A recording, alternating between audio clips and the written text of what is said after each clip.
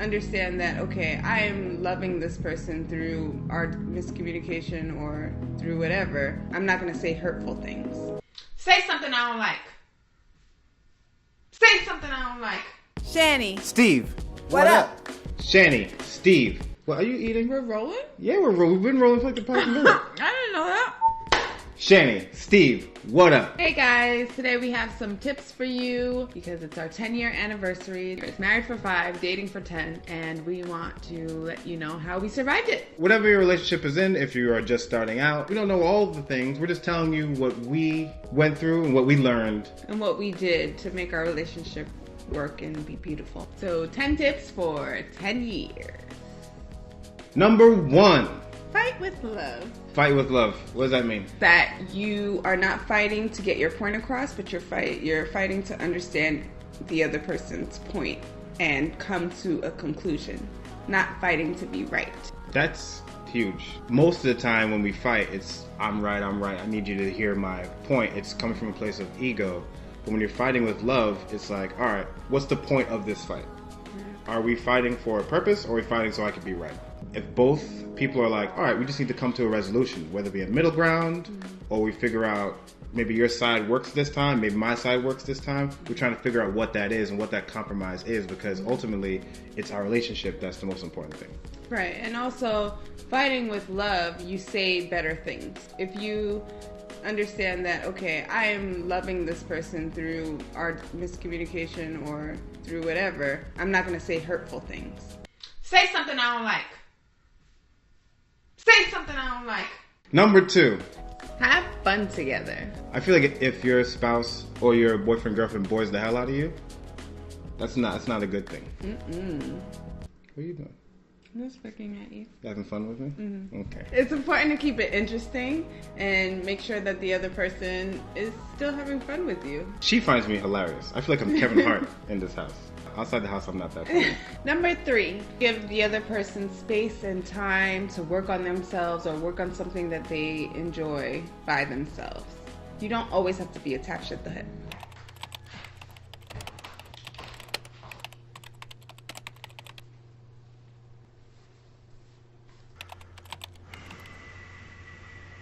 You know what she said to me? She was just like, she doesn't understand why I have to be. It's important that you get that alone time because you appreciate your time together a little bit more. Not only time to yourself, but time to be with other friends. You know, different people have different experiences that you can learn from, and you don't always count on that person being your everything. I think it's important that you work on yourself and understand who you are bringing into the relationship. Number 4. Accept your significant other for who they are, throw out all expectations. But don't settle.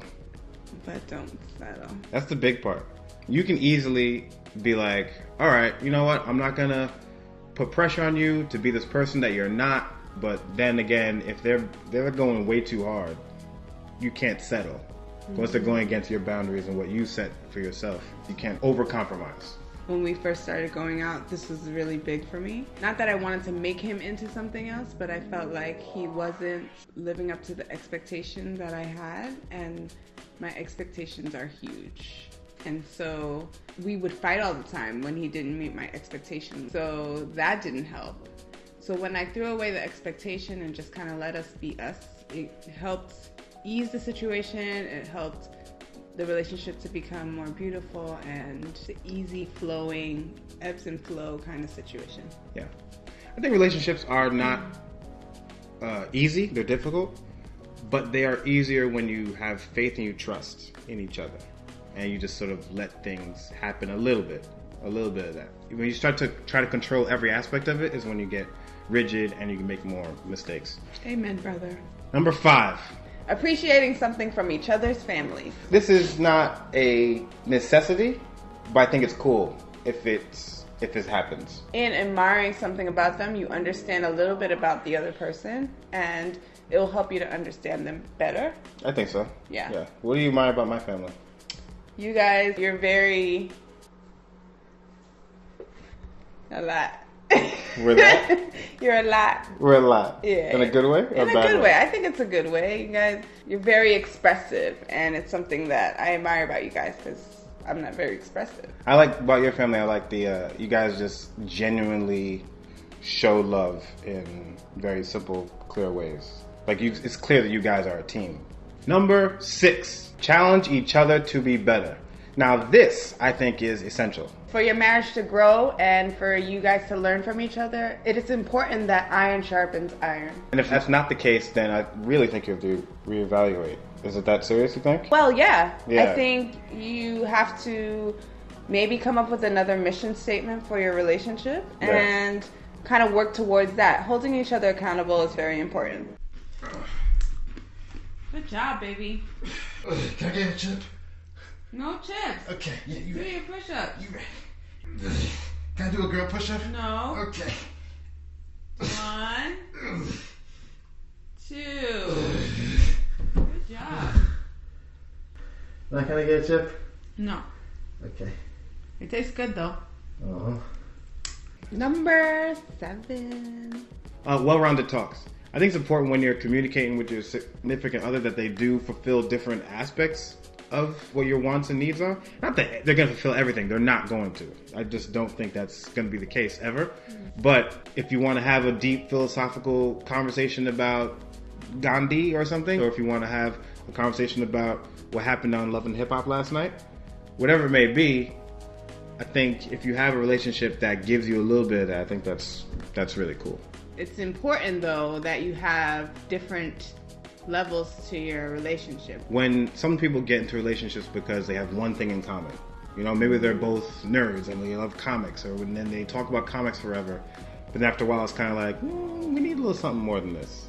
So I think it's just making sure that your relationship is not one-sided, that's not based on one love that you guys both have or something like that. Number 8.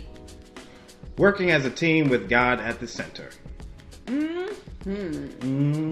I think it's very important and necessary for us to work as a team. It just works better. Making sure that you are communicating together with God and making Him an important part of your life. Number 9. Common goals, marriage goals. I think this is one of the most important as well because you got to be on the same page when it comes to what you both want. We're talking about in our other video about mission statements. You got to have a mission statement for your relationship. Yeah, just so that you're on the same page. Sometimes when people get divorced, like they can be in the same book, but they're not on the same page. You constantly want to check in with each other and make sure that you remember the goals that you've set for the relationship. And if you don't have any, that you come up with some of the goals for your relationship. And it needs to be communicated. It can't be assumed because you may think it's on the same page and then you talk and you're like, wait a minute. I want to have kids at 32. Oh, no, I want to have kids at 38. Oh, we got to talk about this. Number 10. Communication. Communication is absolutely key. I don't think you can have any kind of healthy relationship without open communication.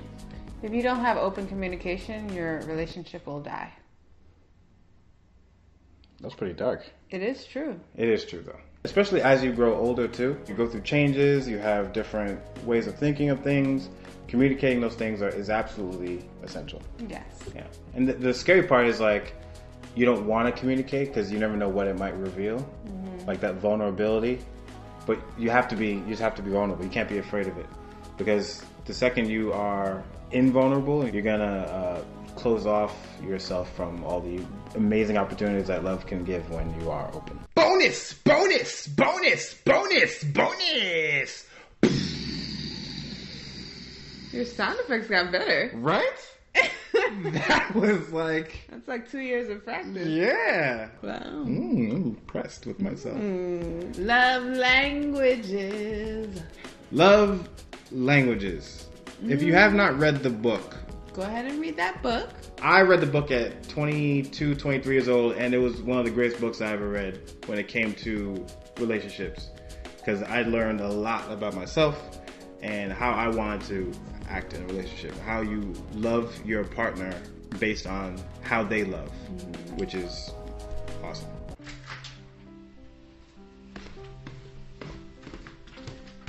Huh? No. Huh?